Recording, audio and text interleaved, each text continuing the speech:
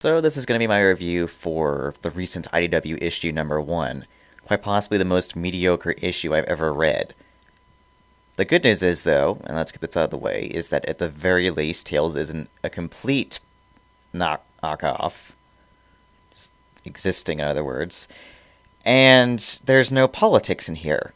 And after reading Spark of Life, thank God. So that's one or two areas you've improved. Everything else, no, it's just as bad as I remember it. Now, originally I had an entire script set up for this, but I realized, okay, it's not as bad as this thing makes it out to be, so I just chucked most of the thing, and at one point, I actually turned into Lo Wang.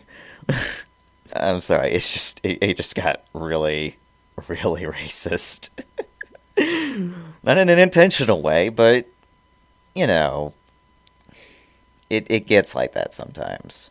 But the issue starts off with Sonic running into the fields, and then he finds a village that he says is putting up a fight, but they're never actually shown doing anything. They're all shown as just being weak, and even with Wispins, such as the Hammer Wispin, for some reason he doesn't use it to its full potential, so he just has to have Sonic help him. I mean, come on, there was a guy who did that in games, but no, we can't show that. And the militia is quite possibly the most incompetent militia I have ever seen. Someone tells them to do something, and they just sit there saying, okay. I mean, what is the point of these characters? Why do we need to show that? There was no point to any of it, but again, the action here is just really the weaker points of this issue. And since it's an action comic, that is not a good sign of things to come. And then some giant robots and Sonic heroes come forth, and then they try to kill Sonic, but they don't really do any of that. I mean, you introduce a new robot, and you're not even going to bother showing them as being a threat.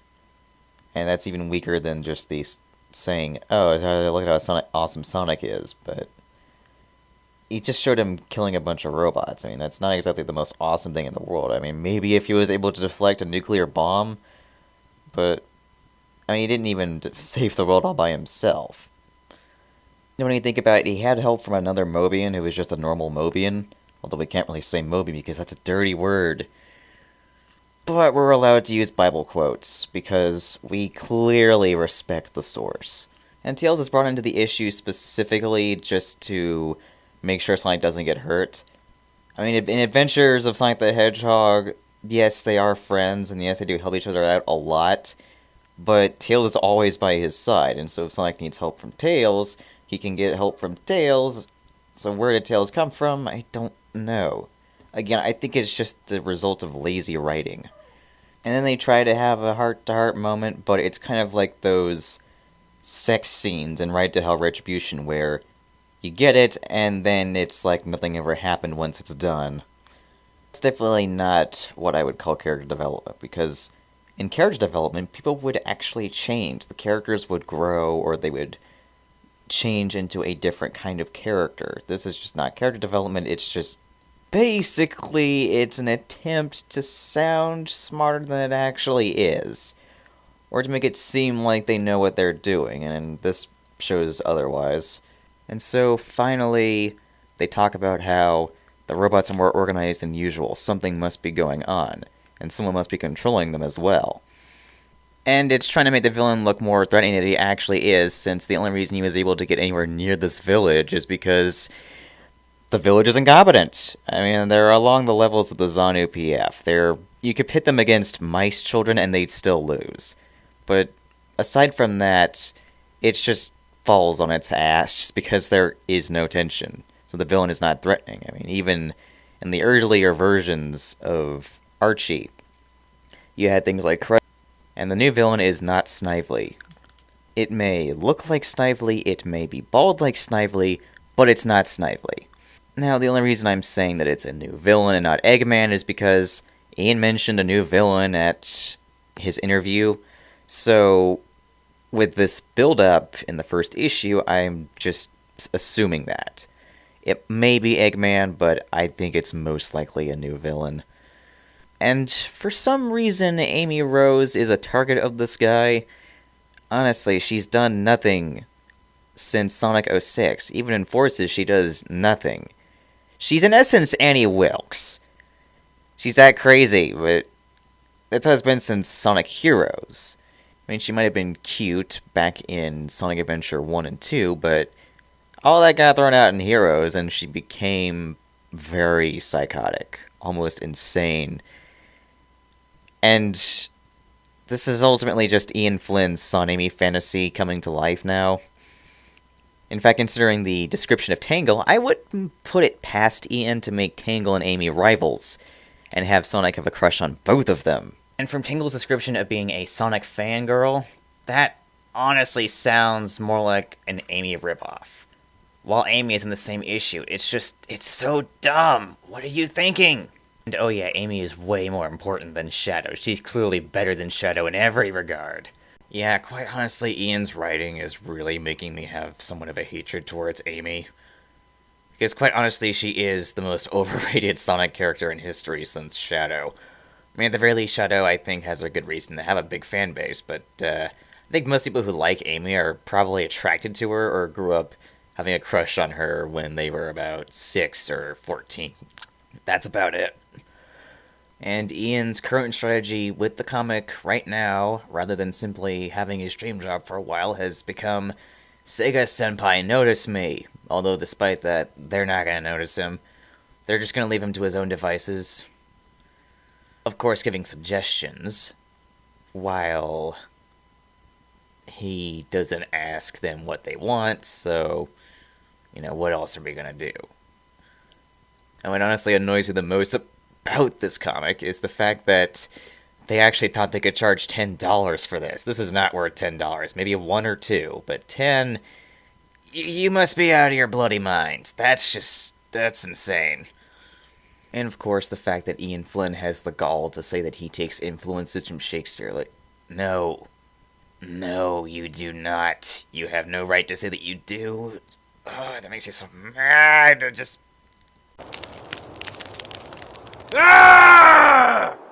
So what are my ultimate thoughts on the issue?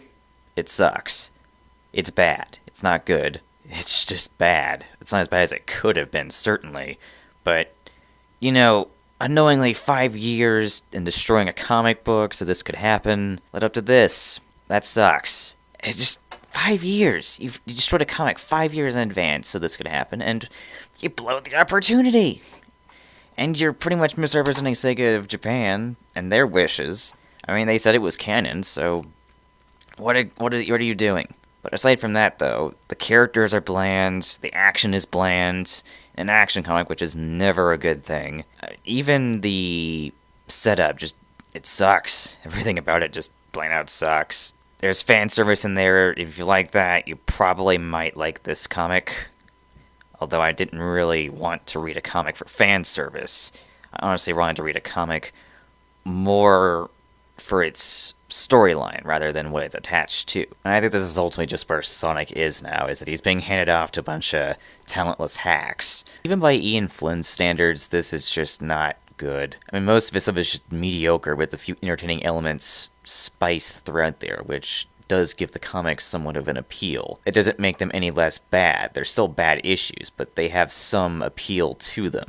Although his best issue, I think, so far, from what I've read, is Eggman's Dozen. It introduces all the egg bosses in the first comic, so you get to know them and you get to actually care about them. And I hadn't even read the issues where they appeared beforehand, so when I jumped into that comic, I was able to jump in with little issue without having previously known much about the characters at the time. And the experience, I think, was very good. All of the problems didn't culminate into one issue. They came out later, but even then. And keep in mind that was written by the same guy, which, again, doesn't bode well in this comic's favor.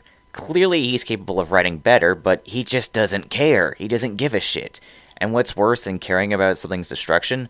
Not giving a shit. Although maybe if Ian would get off his soy boy ass, maybe he could actually write something good. I'm just saying. Unfortunately, with IDW as a whole, is that its very presence just displaces the adventure games.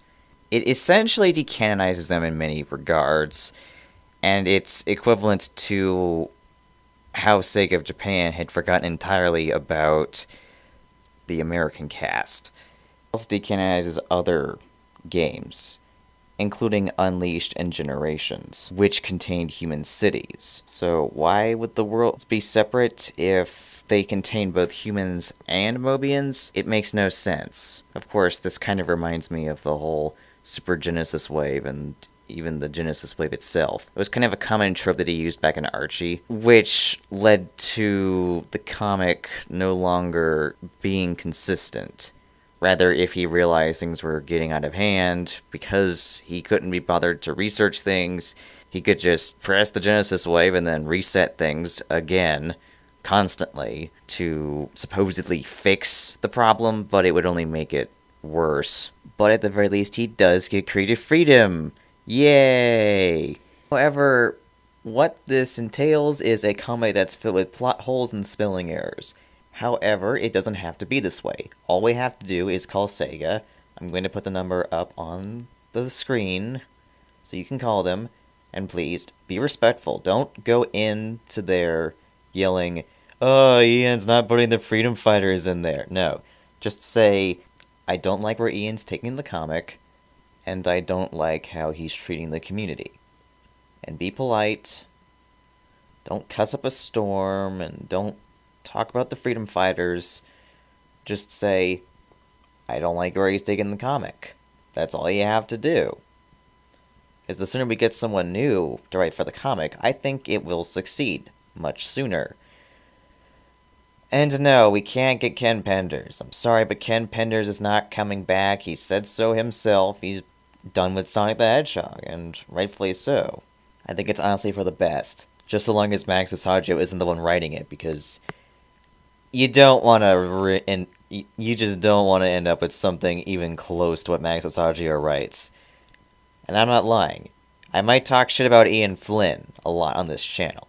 But dear God, if you have seen or read anything from Max Asagio, your faith in humanity will drop, and you will probably feel very, very uncomfortable.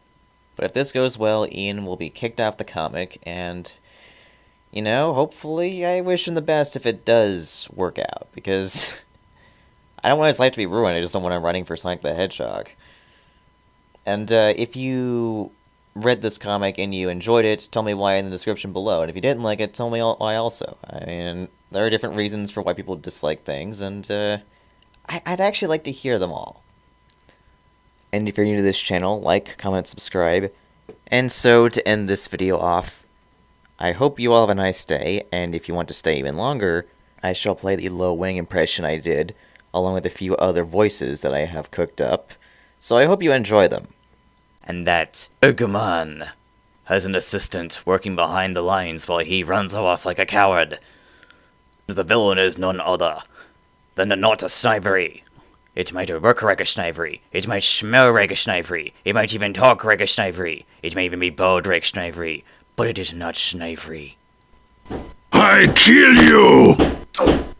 Oh, scheisse. Oh, Not to speak! Lo Wang in the house! Hey, come back here and finish fight! You have no honor. Look, you have a new friend! Sticky Bum, meet Mr. Stupid! I haven't even gotten to meet Guns N' Roses. Holy cow! Look like Duke Nukem!